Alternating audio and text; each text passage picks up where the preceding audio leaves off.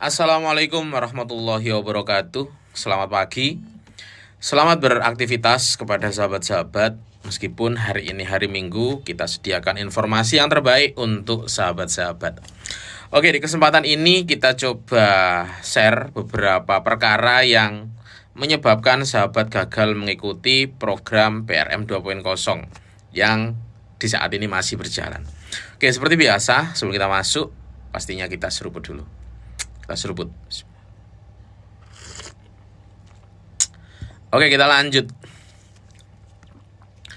Untuk sahabat-sahabat, memang di waktu ini sudah mulai banyak alasan-alasan untuk bayar kompon bisa gagal.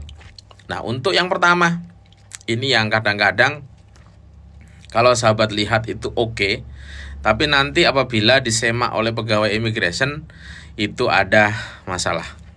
Nah, untuk poin yang pertama, ini perlu dicermati ataupun ini bisa ditanyakan kepada diri sahabat sendiri, yaitu berkaitan kamu yang akan bayar kompon PRM 2.0 ini menggunakan dokumen apa. Nah, itu perlu dipastikan terlebih dahulu. Dan yang banyak masalah adalah pengguna paspor. Nah, untuk paspor ini khususnya bagi teman-teman yang mungkin sebelumnya pernah di Malaysia kosongan 2020, 2018, 2019, yang sebelumnya sudah balik, ikut kompon, kemudian masuk lagi dengan menggunakan paspor baru, maka di situ 80% kebanyakannya paspornya tidak bisa digunakan untuk membayar kompon. Kenapa Mas? Kok bisa gitu? Karena rata-rata teman-teman yang ilegal di 2020, 2019, 2022, 2021 itu kan masih menyandang status blacklist. Dalam artian sahabat-sahabat yang sebelumnya pernah bayar kompon.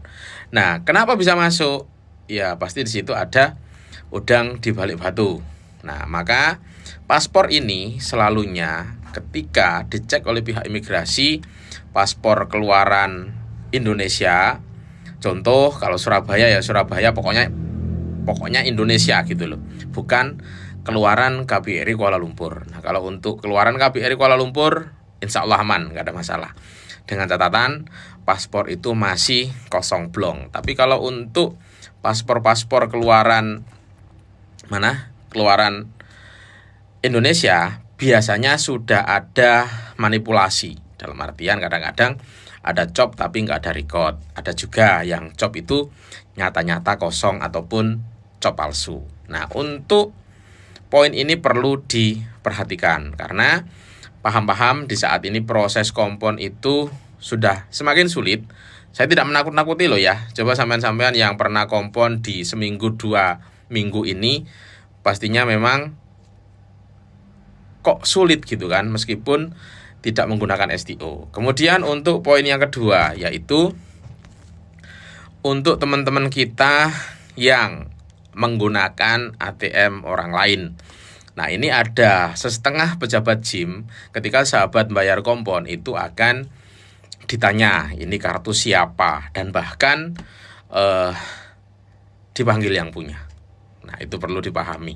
Kalau untuk sahabat yang mempunyai sendiri sih is oke, nggak ada masalah. Dan ada juga sampai gagal, tidak dibenarkan gitu loh.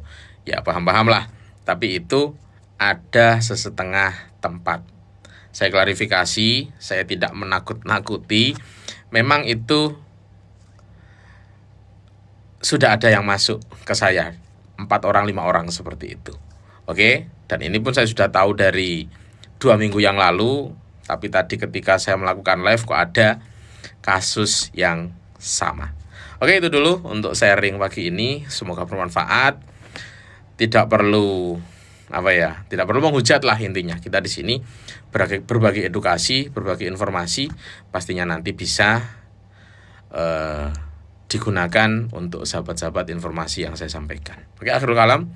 Assalamualaikum warahmatullahi wabarakatuh. Salam TKI sukses. Bye.